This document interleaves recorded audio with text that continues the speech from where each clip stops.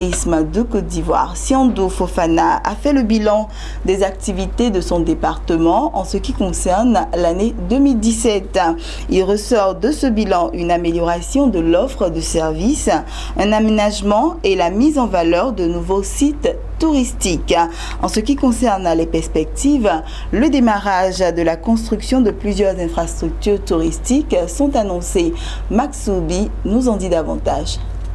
Abidjan, perle des lagunes. Ce soir, la presse et d'autres invités à la carte visitent autrement la capitale économique ivoirienne. Un moment de découverte des merveilles de la lagune épriée à bord d'un bateau de plaisance.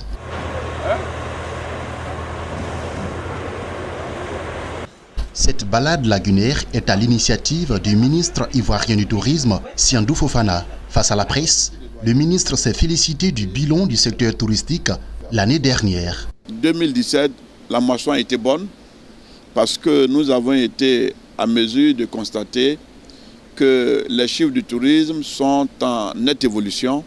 Rien qu'à constater aujourd'hui le trafic aérien, nous enregistrons un peu plus de 2 millions de passagers avant novembre 2017. Et la fin de l'année, nous attendons la consolidation des chiffres. Je sais que nous allons taper à la porte de 2,5 millions de passagers pour le trafic aérien.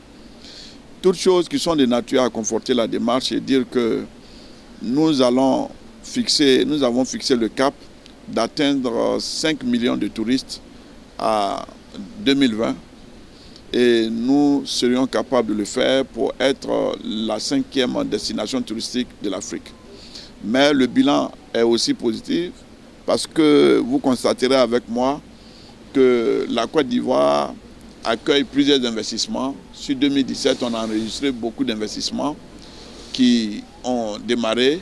Il s'agit de Movenpick, il s'agit du Four Seasons, ainsi que le Sheraton et bien d'autres hôtels. Il y a encore un deuxième nouveau hôtel qui s'installe avec les appart-hôtels Adagio et plusieurs autres hôtels avec la construction de plusieurs villages touristiques allant de 200 hectares à 400 hectares. En 2017, le tourisme ivoirien a été marqué par l'aménagement et la mise en valeur de nouveaux sites touristiques.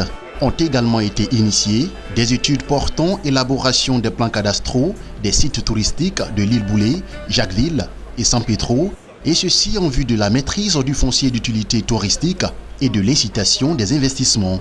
Elles portent respectivement sur les superficies de 852, 2711 et 908 hectares. À terme, elles devront proposer des schémas d'aménagement touristique intégrés des 10 sites. Je parlerai de fonds d'investissement.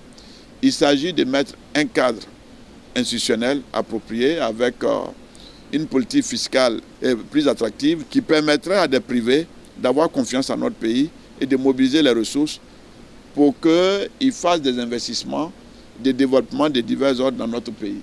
Rien qu'à avoir le quartier qu'on appelle Biafra, il suffit que des privés acceptent de mobiliser de l'argent, faire un arrangement avec eux, pour ceux qui ont des titres fonciers, leur construire des logements sociaux et avoir à développer des infrastructures de grande taille et de grande dimension sur un site qui est une presqu'île pour voir que déjà le pays change de visage.